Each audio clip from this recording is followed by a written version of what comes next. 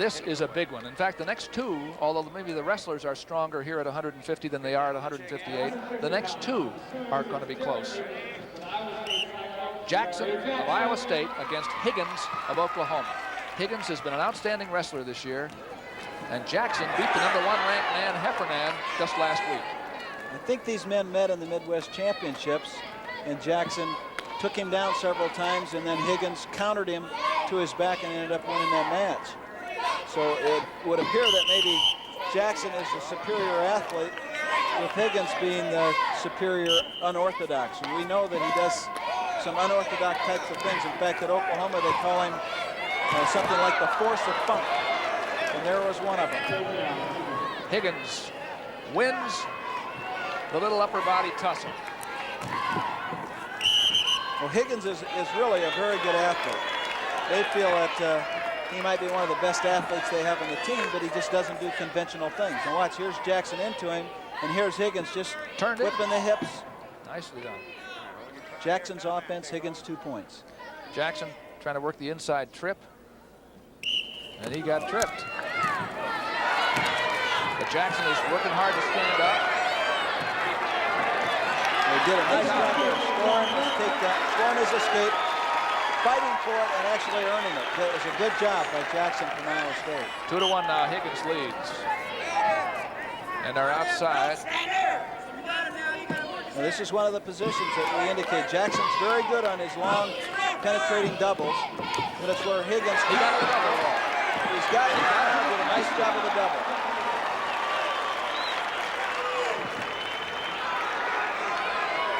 As we said, Jackson has been stronger and stronger as the year goes on.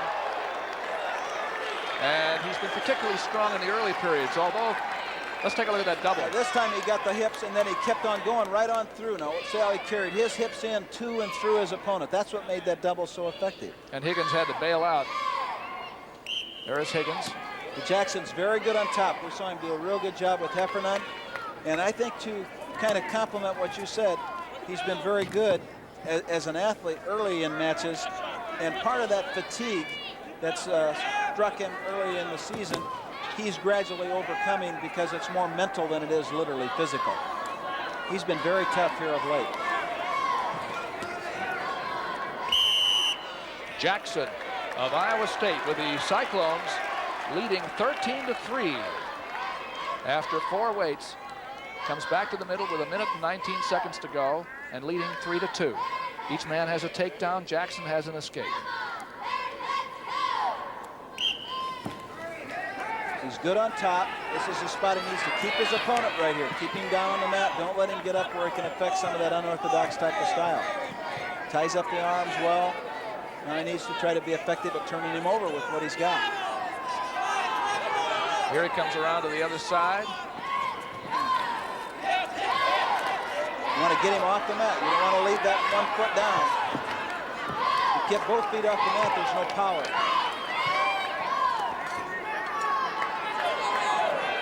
Now Jackson has his man flattened out, but he's... The day when you can just stay there is long gone, Doug. Yeah, you now can't when do he's it. flattened out, now you got to do something with him, or you get called for stalling on top, and we've seen that 2 or 3 times in this meet already. Let's check the clock. 1 minute and 25 seconds worth of riding time for Jackson, and we have about a quarter of a minute, well, about a half a minute left in the first period. He has a bar arm now on Higgins. He's got that in. He just doesn't have the other arm on the opposite side tied up, so it can't be effective.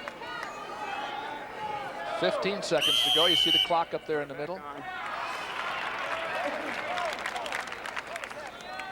Here come the time and no penalties. Coach came out and said, what was that for? He wanted to know who was getting penalized or warned for stalling because he held his fist up in the air. The referee said, no, I didn't warn or penalize anybody. Stan Abel's national championship team was in his first year as a coach. So it was right here in Hilton Coliseum, as I recall. 1974. Jackson trying to complete a good, strong ride here in this first period. And he did. 3-2 Jackson. He came out of that period with almost 2 minutes of riding time. Higgins wants to go down. Oh, well, he's gonna, with 2 minutes down on the mat, you'd think he wouldn't want 2 more of it, would you? There's Joe Gibbons, who had a big win, 12-2 over Graysinger, put his team ahead by 10. Ranked number 3. Jackson's been very strong in this top position. And Higgins has not been very effective at getting out and being effective at controlling hands. He clears his hips a little, but he isn't getting a hold of Jackson. Jackson's getting a hold of him. Jackson worked the head lever, and now he has it to a hammer lock. Let's see what happens here. Where is he going to go with it? He's got it across his back. Now what he's got to do is tie up the other arm to be effective with it.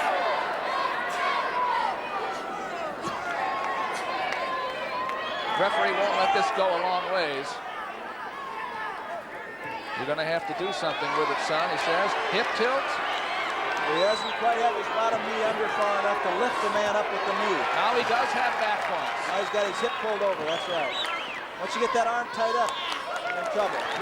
Well, there are 2 big points for Jackson. He'll go right back on the other side. This time now he's got even a little better position.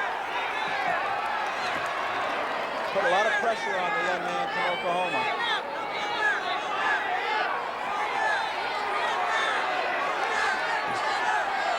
It's fairly obvious what he's trying to do now.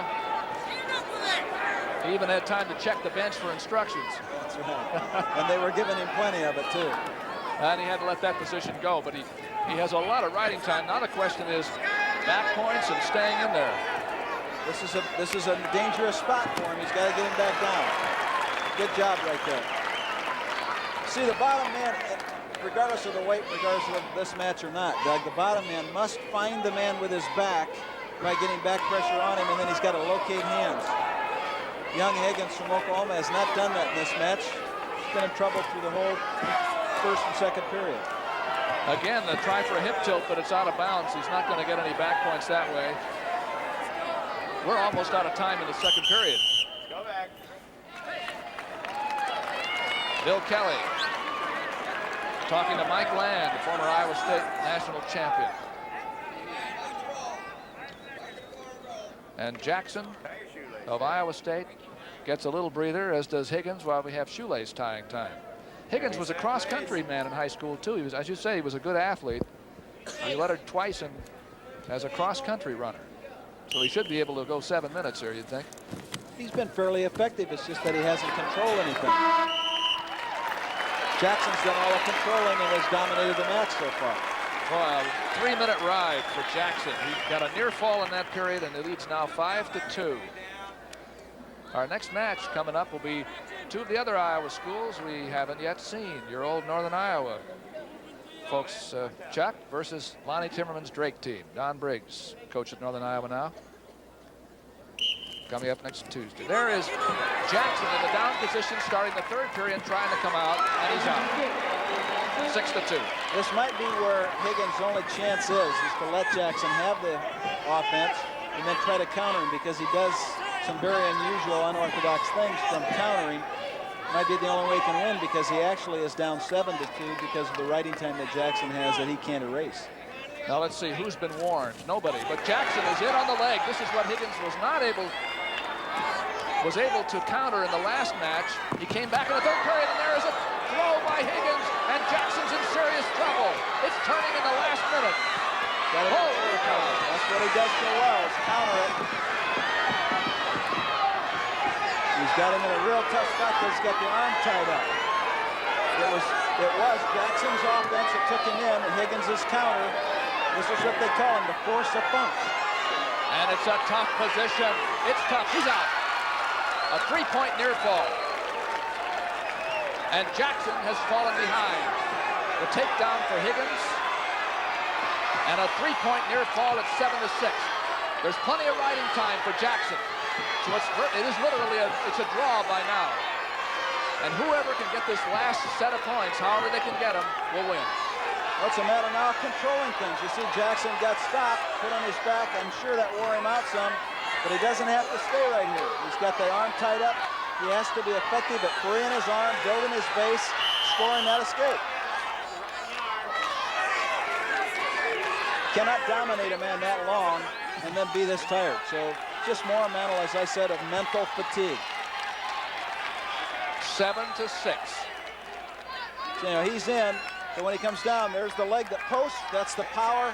whips right on across him with his leg, takes him to his back. Boy, how to get from a 6-2 lead, looking like you're going to get a takedown, and all of a sudden you're behind 7-6. You have to anticipate those kind of things. Now, Jackson's been good on the bottom on that first move. But once he gets stopped, here he is, broken down again. Got to be able to build that base up, control some hands, and get back to his feet. 8 seconds. It's a draw if he does not get out. Right now, go. In the waist. Warning here. That's a warning against Higgins for keeping a parallel position, and Stan Abel wants an explanation.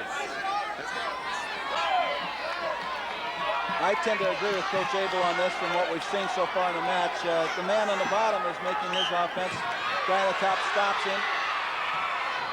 Then he has to try to be effective. And it's going to be a draw because of the riding time that Jackson piled up. Boy, I'll tell you, those big moves can really turn things around, can't they? It's an exciting match.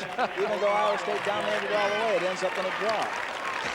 Deserves a better fate than that. Yeah, 15-5 is now the team score. Higgins and Jackson go 7-7. And a big 5-point move by Higgins right in the middle of Jackson's takedown. Turned that one around. 15-5. Well, we hope you're enjoying Iowa Public Television's 9th consecutive season of college wrestling coverage. We're on weekly every Tuesday night at 9, plus we'll have 2 more Saturday night special editions, and here's our schedule. There's Darryl Peterson coming up.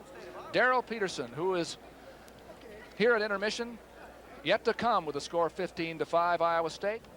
We're back at Hilton Coliseum, where the Iowa State Cyclones have a 10-point lead in the first 5 weights over the Oklahoma Sooners, 15-5. And we'll see Darryl Peterson coming up in the last match. I think it's going to make a difference, that heavyweight match. It may be that one that decides it tonight. We don't know. We have 158 coming up next with Dave Ewing against Ken Fisher. They're both, if you'd have looked at the entire team schedule at the beginning of the year, you'd know they were not the #1 men. There's our college wrestling schedule for February. As we said, University of Northern Iowa against Drake. Then the East-West meet from Utah State. We'll bring you that. There are a lot of Iowa people in there, and we'll have UNI against Iowa State on February 19th, Tuesdays at 9 o'clock. And there are 2 more Saturday specials. The 16th, it's Oklahoma State at Iowa, and on the 23rd, the rematch between the Cyclones and the Hawkeyes. That'll come from Carver Hawkeye Arena in Iowa City. Now you see Dan Hill, the referee from Harlan, Iowa, going out to the middle of the mat. We're ready for 158. The Iowa State coaches are ready. Harold Nichols retiring at the end of this year after